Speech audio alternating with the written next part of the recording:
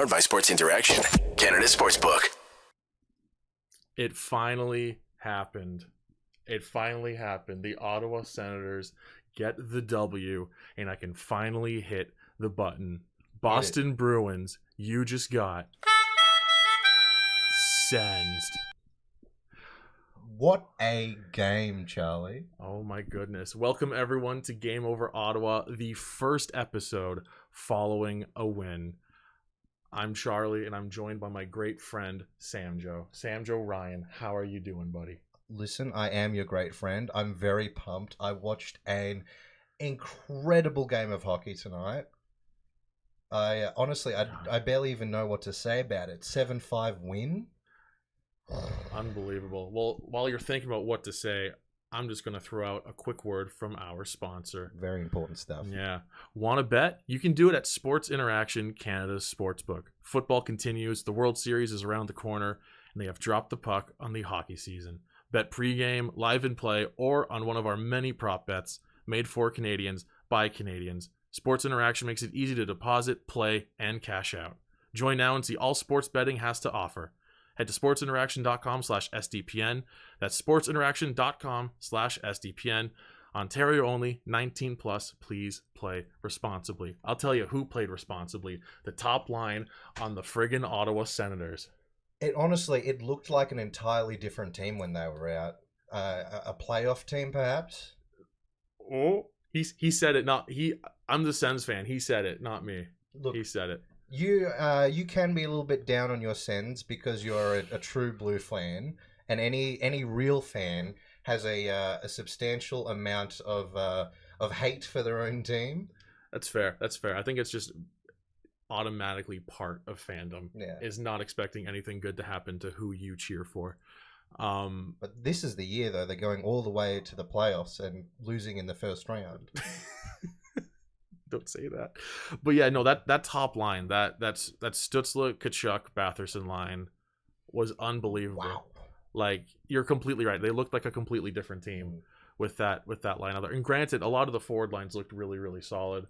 Giroux and DeBrincat and Norris finding each other for the first goal of the game. They were really, really solid. But how about that fourth line though? Friggin', this is embarrassing. I had to double check that his name is Mark Kastelik. I heard both pronunciations on the broadcast. I don't know. Dude had a great game. He really did. He was finding his other man. His other man were finding him. It was the speed of the fourth line really surprised me, actually. I think a lot of this game was look how cool the offense looks, and try not to think too hard about the fact that the Sens gave up 5 goals. Because that's the thing. Like, this game was so much fun. I love a good high-scoring game. I think everyone loves a good high-scoring game. It was intense. But you can't give up 5 goals.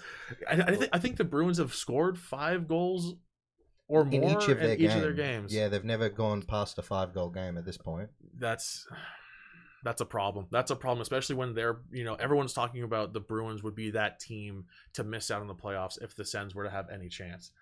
And so when that team starts out scoring 20 plus goals in their first 4 games, that doesn't look great for the team trying to catch them. That's for sure. Here, I think we disagree a little bit on the goaltender's performance, because I actually thought he was incredible for a lot of it. He made some really good saves. Yeah, Forsberg made some tough saves. He made some very tough saves. There's a couple goals where you can't give him too much. I think most of them. Yeah, that goal, I'm blanking on who scored that goal, but the goal where the wraparound attempt, he was on his back, followed that up with a really nice pad save.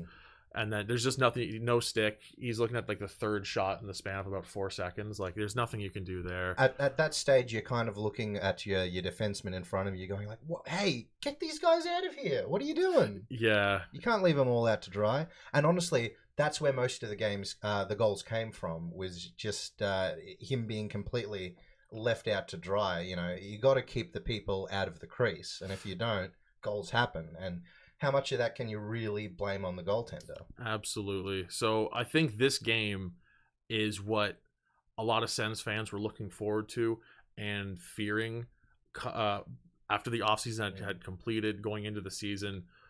Oh my God, look at all these incredible forwards on our team. this team is going to score a bunch of goals. That top two lines Yeah. really look like they're on an elite team. Then you move on to, oh my God, look at the defense. That might be an issue. And then you look at the goaltending, and granted we haven't seen Cam Talbot yet because of the injury, but with Anton Forsberg, really solid last year. But again, it's you look at the two goalies, hopefully when they're both healthy, and you go, that's probably fine. But then you look at Zub. Oh, Artem Zub. That goal. Oh my, what an effort. Just his foresight to know he would look. Most defensemen don't come out on I can't remember who split the puck there. That was Batherson was caught in the corner on the point. That's where right. Zub would normally be, and he goes, oh, you know what if I just split the D? And then, granted, Batherson found him with a really nice pass. I don't know if it was much of a pass. I think he was knocked off the puck, and Zub came in and found it. Zub, Superman. Yeah, he should get an unassisted Zub for that, quite frankly. That was beautiful. But yeah, it was on his own rebound as well. It's always good when you clean up your own mess. You know, Mum always says, "Clean up your toys when you're finished."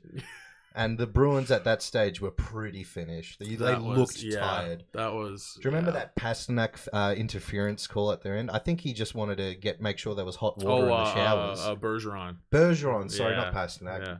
Pasternak had a beauty of a snipe this game. He did. Yeah. Thanks, Pasta, for not winning the game, but also getting me a goal for my fantasy team. I appreciate it. I had Tim Stutzler on my fantasy team, and so we were both, despite the fact. So for those of you watching the stream right now and listening as well to podcast version of this, my co-host here, Samjo, my beautiful guest here, is a Caps fan. I am, and I don't think he's ever cheered so hard for Sens goals than when Stutzler put them in the back of the net. I kind of think the first star of the game. We didn't stick around to see who the stars were, but if he wasn't the first star, I will chuck a hissy fit. He was phenomenal. So strong on the puck, so strong. You couldn't knock him off it if you wanted to. It's that sleep coach, man. It's that sleeping coach or sleeping trainer or whatever. I don't remember what the proper term is, but DJ Smith. DJ Smith, Tim Stutzler, DJ Smith, right? So I just need to bring this up.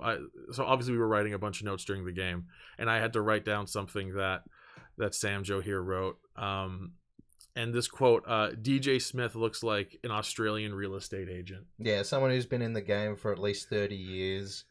He really does. He looks like he's got some property that he wants to develop after he gets off the game.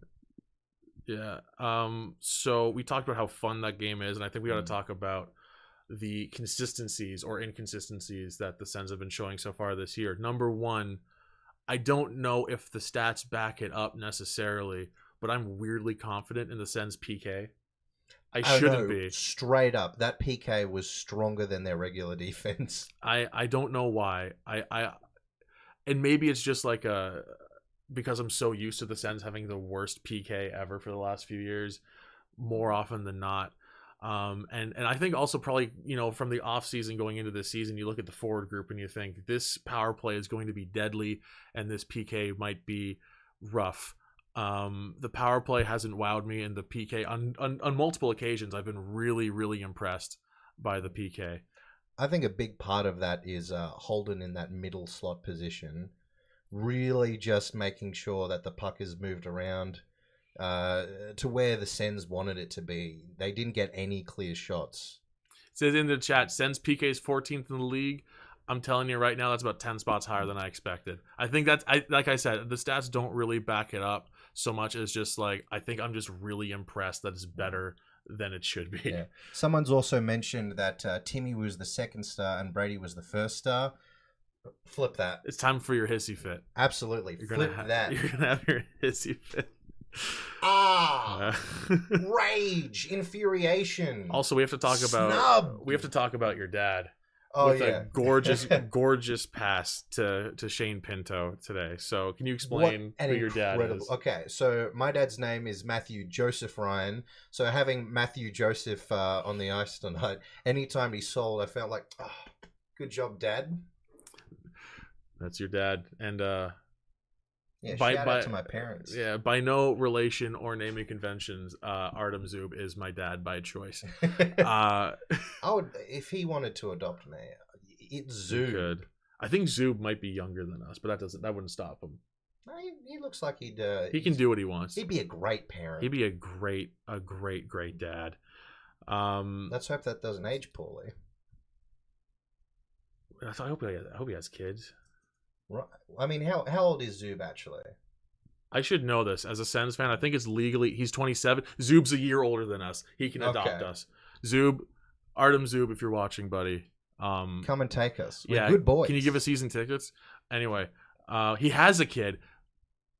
Does your kid need siblings? Yeah, we'll be great influences. We're gonna reach out to Artem Zub directly. I think he might be my favorite defenseman on the Senators. Maybe the best one.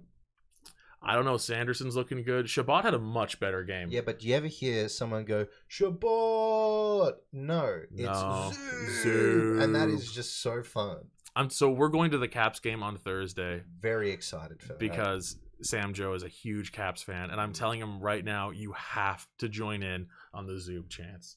Look, I'm going to be in my Caps jersey, so I feel like it's going to look a little strange if I do. But it is so infectious. I know I was definitely screaming Zub when we were watching the game. You definitely were. 100%. You were on the Zub train. I think we should also move into another topic that I think we agree on. A lot of penalties, a lot of power plays, a lot of brilliant hits. Do you remember that Holden one in the first period against Frederick? Yeah, that was... Sent him flying. Dude had airtime. But there was a lot of uncalled penalty, like weirdly kind of ignored plays. I think. Granted, maybe they're just like, there's been so many penalties already. Are you telling me that the NHL referees weren't on the ball for a change? Really? You know, so unlike them. There just were a lot of questionable non-calls on both sides. I will say on both sides. Yeah, I think there were a bunch of calls that. Yeah, Foligno leaning into Stützle he's sitting on the ice, and Foligno's like cross-checking or at least leaning his stick into the back of his neck or upper back. Anyway, I think there was a few really odd Your non-calls. favorite player? Is he still your favorite? My childhood favorite player, Nick Foligno. And yes, I do have probably the most extensive Nick Foligno hockey card collection, and it makes me sad that he's played for both the Leafs. Granted, for a very short amount of time, but the Leafs and the Bruins, and that hurts me. Well, how's your nightly letter to him going to change? That's a good question. I think I might start calling him Mr. Foligno instead of Nick, because I think our friendship's done. I don't know if it's done, but it's not done. I need to put a scare into him, make him think, oh man, Charlie doesn't like me as much anymore. You do need to let him know that wasn't on. But speaking of uncalled penalties on Stützle, right? How was that goal? He got boarded, picked himself back up, and went, "Nah." That's son. unbelievable. Nah. Exactly. Speaking of things that should have been called, that was Jacobs Borrell, I think, who for sure boarded Tim Stützle behind the net. No call. It was real rough to look. That was tough. And then what a great move by Stützle after that. The switch to the backhand, put it right past. I don't think Ullmark was in the game at that point. I think that was still Jeremy Swayman, and for the Bruins. I'll be honest, I didn't even notice when they switched goalies. I was just like, oh, Ullmark's in the game. Oh, okay. I might have been having a nap at that stage. Don't tell. You couldn't nap during this game. Actually, he only took a nap during the first intermission. It's fine. Don't judge him too hard. I need sleep. Yeah. You kicked me awake very, very hard. I only missed the first 5 seconds of the second period. But I woke up with his foot out at me. But yeah, no, there's a word for what Tim Stützle was this game. Tenacious. Oh, he had maybe his best game of his career tonight. It's definitely up there, top 3, I would say. If you miss this game, find a way to go back and watch it, because like, even if you knew what happens, it was just so many things that were worth seeing. Some great hits, a couple of offsides that I don't Yeah. necessarily agree with. A couple things in the chat here from Jack. Boston, much better coached. Never dump and chase. They control the puck. Wish we had that coach. I will say I don't like how often the Sens dump and chase, which is funny because I just before the stream started, I was like, I don't want to talk about dump and chase. But it's true. The Sens dump and chase. They don't carry the puck nearly as much, especially in the past. Maybe that was understandable. This year, they have so many offensively gifted players. I want to see some more rushes into the zone. I want to see them just, carrying the puck in themselves. I felt what they did very effectively in the first period was they were incredibly physical against the Bruins. The Bruins clearly were not ready to roughhouse, and they kind of looked like they were being bullied. It's not often you see the Bruins looking like they're getting bullied. Well, ever since Zdeno Chara left, I think that team is a very, very different in terms of their confidence. I'm not saying they're an unconfident team, but when you've got that man monster behind you, right? You play a little differently. And I think it shows. They've definitely dropped down since his departure. Yeah. Also, we have to acknowledge this as well. Someone in the chat brought up Stutzla's dad. Oh, that was incredible. That was honestly might be the highlight of the game. Stutzla puts in the goal. His mom is... You be his mom.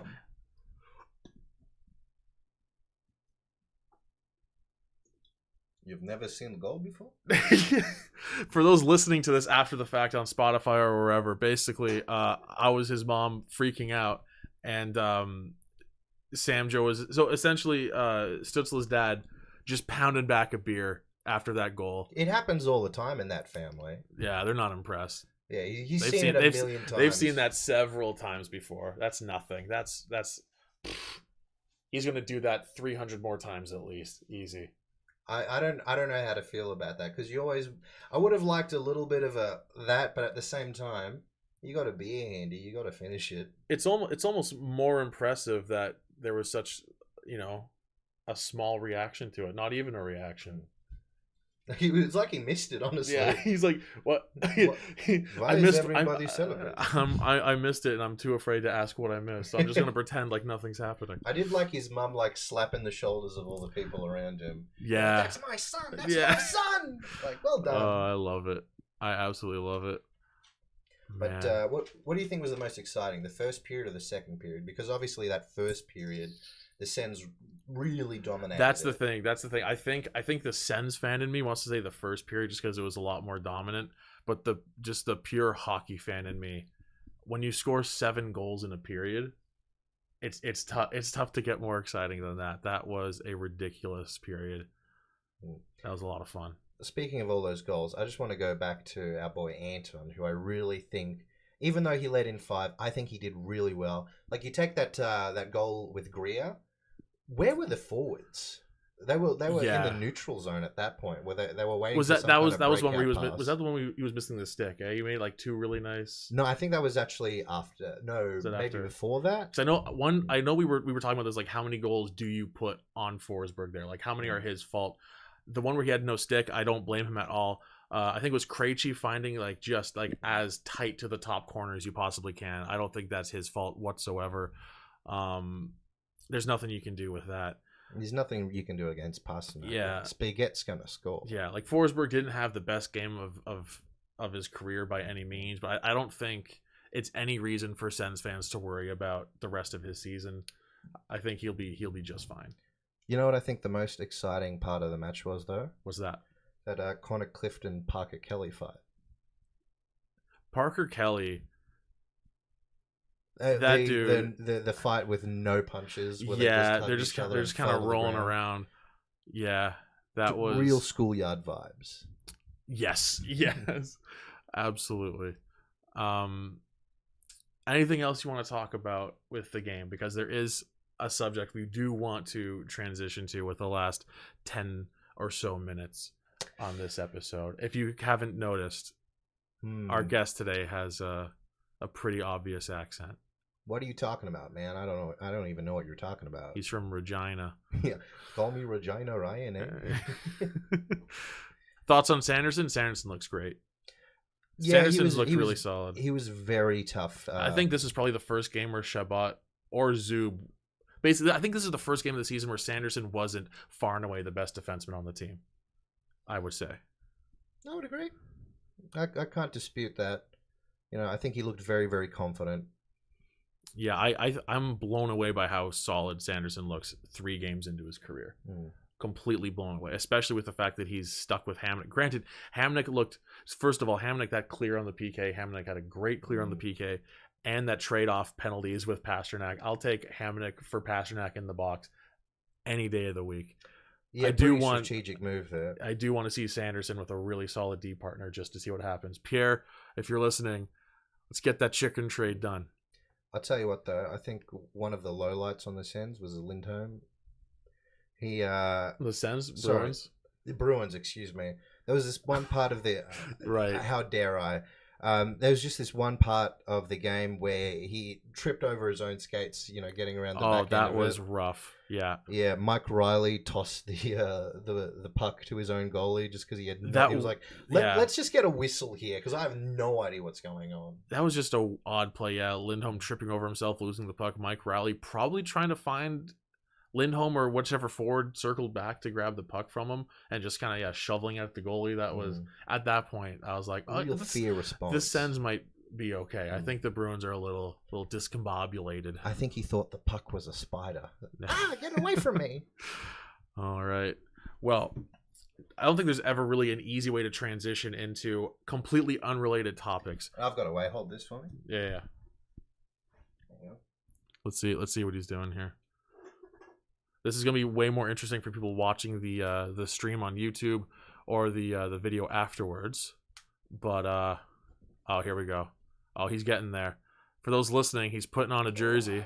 He lost his glasses. He's got his glasses back on. Great recovery. There we go. Let's take a look at that. Look at this majestic creature here.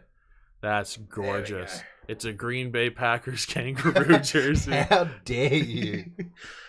No, let everyone know what you're wearing right now. This is an Australian jersey representing New Zealand. No, Australia.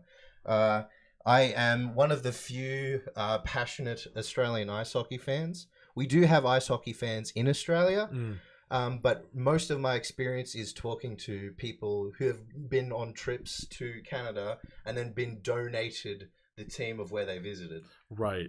Right. They will not know a thing about it. They'll just be like, "Oh, yeah, I went over in Calgary, so I go for the Flames, I guess. I went to a game, I had a good time." Right. And then like, who's your favorite player? Crosby? Yeah. Yeah. So one thing I wanted to talk to you about with you being a guest on this episode, is just the fact that you are a diehard hockey fan from Australia. And I just want to understand how that came to be, because typically the NHL's international outreach isn't necessarily the best at the best of times. They don't exactly have a great interest in growing their game. And if they do... I would love to know. So yeah, with that being said, I would love to know, how did hockey become a thing for you? Well, I first got into hockey after I watched the movie Goon, which is an incredible movie that every hockey fan should see. All I knew about it going in was that there were going to be a bunch of biffos with Sean William Scott, and that was good enough for me. But when I actually watched the film, they have this sequence with Xavier Laflamme, who... he's a very skilled player, and they just have this little montage of him just skilling it up on the ice, scoring goals, getting slammed eventually. Yeah. But like watching Ross the Boss Ray. Yeah, what a character. I love that they don't really make him the villain. There's no real villains in that movie. It's just such everyone who's a hockey fan that hasn't seen Goon, watch Goon. And also, of course, we can't forget to bring up Jay Baruchel. Noted guest of the first episode of Just Game recently. Over Montreal this season. Huge if you Habs haven't fan. If you Poor haven't guy. checked it out, the dude was born in Ottawa. Idiot. What are you doing, man? Switch over to the Sens, mate. Jay, come on, buddy. I mean, I'm going to say it right now, Jay. Fight me, you dumb idiot. Switch teams. Winner. Okay, if you beat me in a promise fight, we love I'll be your a Habs work. fan. We promise we love your work. Yeah. How to Train Your Dragon is like so good. I trained so many dragons after seeing that. Yeah. I was so into it. The only thing I like more than hockey, the Training dragons. is Training Dragons, both of which entirely because of Jay. So yeah, so you watched Goon. Yeah, and it was just seeing actual ice hockey being played, the camaraderie between the teammates. It's hard to not like. It's not just a movie because when you watch hockey, that camaraderie is really there. People for sure, willing to get the absolute bollocks punched out of them just to protect their teammates. It's hard not to get. It's weird. I got emotional over punch-ups, right? But it made me tear up a little bit. Like, that guy really, really loves his team. Yeah. And from then on in, it's just like, well, I've got to check out a real hockey game. Yeah. At that point, are you looking for any hockey game, or are you looking for like what's the number one league? Like what? Like, are you seeking out what everyone considers to be the best? Or are you just seeking out the easiest to access at that point? Well, I'm not going for the German league. That's you know what? Yeah, that's fair. You search up ice hockey and the NHL comes up. But the first game I ever watched was, I think it was Predators versus who was it? Predators versus Minnesota. Yeah, and ironically enough, that was a great introduction for me because that game they had 7 fights in the third period. Wow. Yeah. You're like, oh my god, Goon is real. Goon did not exaggerate at all. Honestly, Goon doesn't really exaggerate that much. Especially as far as the minor leagues go. They fight once so a game. rough. Maybe They're they so understate rough. it. Yeah. But yeah, after seeing that game, I was like, yep, hockey is my sport. I've fallen in love. I need a team. It's not going to be any of these two little whiny babies who need to punch each other every time something goes wrong. Right. So I had to Google who is, are there any Australian ice hockey players? One. Drafted by the Washington Capitals, Nathan Walker, my boy. And from that point in, that was 2018. And I started watching. No, sorry. That was the end of 2017. I started watching. And your hockey fandom began the year that my hockey fandom began to die with the Sens. Yeah. No, but yeah, so I watched that entire season. That was my first season. Which is not fair. The fact that you decided, I'm going to be a Caps fan, and then you decided to go, I'm going to be a Caps fan beginning in the 2017-18 season. Well, I think that's what made me a really passionate Caps fan because, they'd never won before. It was my first time watching. I felt a connection to the team. I've got a huge ego. I kind of felt I was responsible. You might have been. I should have been able to lift the cup with them. They need to get my address, send the Stanley Cup over to me. It's only a couple of years late. But I deserve to, drink some beer, at the eat very some cereal least. out of it. Let's get Samjo a friggin' ring, guys. Yeah, where's my ring? Let's get him a ring. So purely Nathan Walker is the reason for your fandom. Is the reason you chose a team. And Tom Wilson is my continuation of it. So we do need to talk about that. When Nathan Walker leaves your favorite team, how does that affect I mean, at this point, you'd been a fan for the Caps for a bit.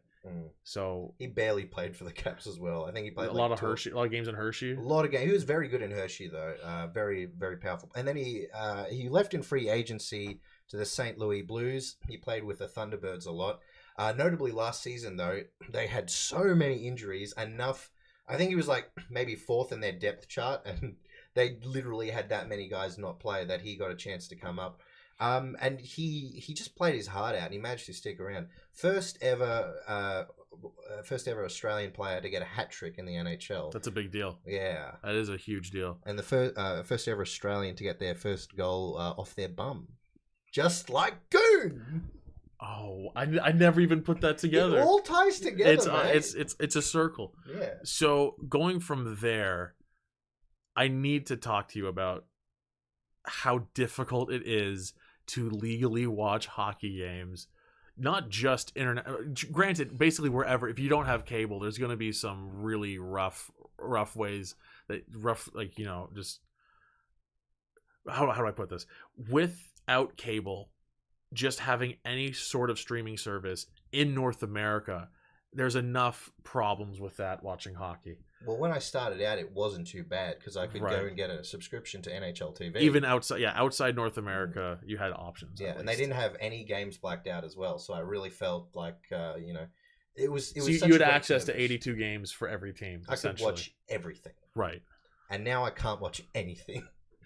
Because it was a bunch of countries that they just stopped the service to. It's brutal.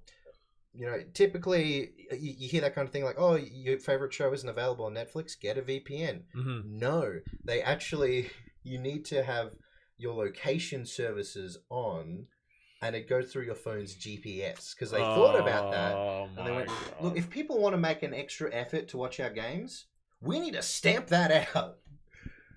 It's such a broken system. So for those who don't know, you need to let them know what options there are for watching hockey abroad. In Australia specifically, I think there's 3. One of them doesn't really count. It's not a real service. One of them is called KO, which I do have a subscription to. I'm going to check that in a second.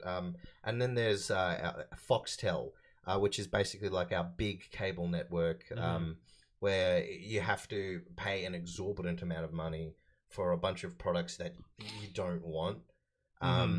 KO is, I'm going to double check this to make sure it's completely accurate. But last time I checked it, there was exactly 1 game available to watch.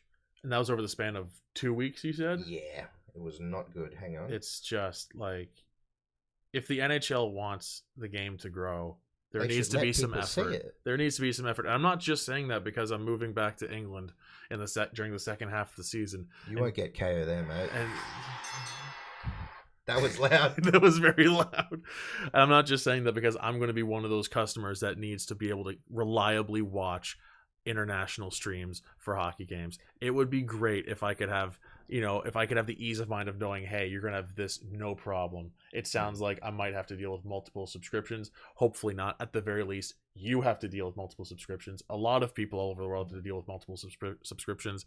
And hockey is apparently, everyone says like, oh, it's not that popular of a sport and it's hard to grow the game.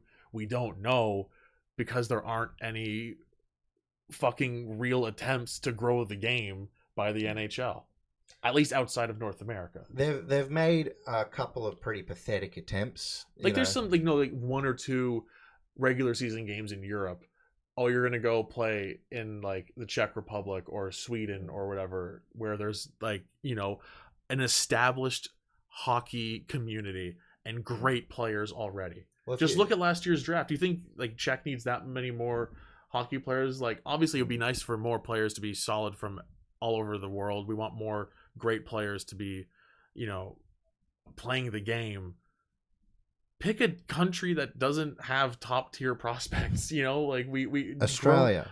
Let's get some NHL, right? Okay, granted that flight would suck. The flight from Australia to Canada. Ooh, 26 hours for me. From Melbourne to Ottawa. And you have to do that again on Sunday. Have fun with that. Oh boy. Looking forward to it. It's just, yeah. I want to see some NHL games played in some really odd. Hockey doesn't really, in your brain at least, hockey doesn't really belong in that place, because hockey should be played all over the place. Give me you know what? Gary Bettman? Let's get a game on the moon. I'm tired of this cowardice from the NHL. Let's get a game on the moon. Talk to Elon Musk. Get some, maybe not him. Who's the Virgin Flight guy? That's an Australian guy, isn't he? No, English guy. Oh, is he? Oh, okay, my bad. Not Russell Brand. Actually, talk to Russell Brand. See if he can get you to the moon. Russell Brand, would you like to come to a hockey game? Oh man. Honestly, though, one of the things that I think was a positive step, a lot of people you're gonna see the comments call me an idiot in a second, but taking NHL players out of the Olympics was a good start. But the problem is that it's already the teams that are very, very popular in the Olympics. You don't really get to see Australia, New Zealand, England. It's always the top 4 teams plus whoever's hosting. Germany wasn't that big on hockey until, they had a community. Oh, but for it sure. got a lot bigger when you started seeing German teams beating Canada, because Canada is obviously the place to be for hockey. Yeah. And it was a thing of national pride. Like, yeah, we beat the best. We got one over them. It was in the news. We beat the best of the juniors in the AHL, but granted, but it's still symbolically, it's huge. Yeah. It's huge. If I think I would have a lot more Aussie friends into hockey if we had an Australian team in the Olympics, going up against college players from Canada and North America. Right. If we even win one game, it's in the news. For sure. And with that, we're gonna start wrapping things up here. Anything else you want to add from the perspective of an international NHL fan, just in general? You all talk funny, and I can't understand a word you say. Sounds like a good spot to end it. I'd like to thank my great buddy Samjo for being a guest on today's episode. This is an awkward left-handed handshake. Well, this is how you do it with your hockey sticks. If you're right-handed, you go left side. Oh, that's right. Yeah, you know what? That's a this good is a hockey point. handshake. We both shoot right, so that makes sense. Thank you so much for coming on, buddy. Out this way? Yeah, just say that way. We'll be probably bringing Samjo on again later on this season, just via Zoom, since the Sens will be playing the Caps later on. I can't remember when that is. I think it's December. I want to say just before Christmas. I'm not going to argue with you. Yeah, I think Samjo should come back on at that point. We're going to be at the game on Thursday, so you guys are going to be able to enjoy Mod's analysis on that game, and we'll see you guys soon. Thanks for watching Game Over Ottawa. This has been a blast. And go Sens go. Let's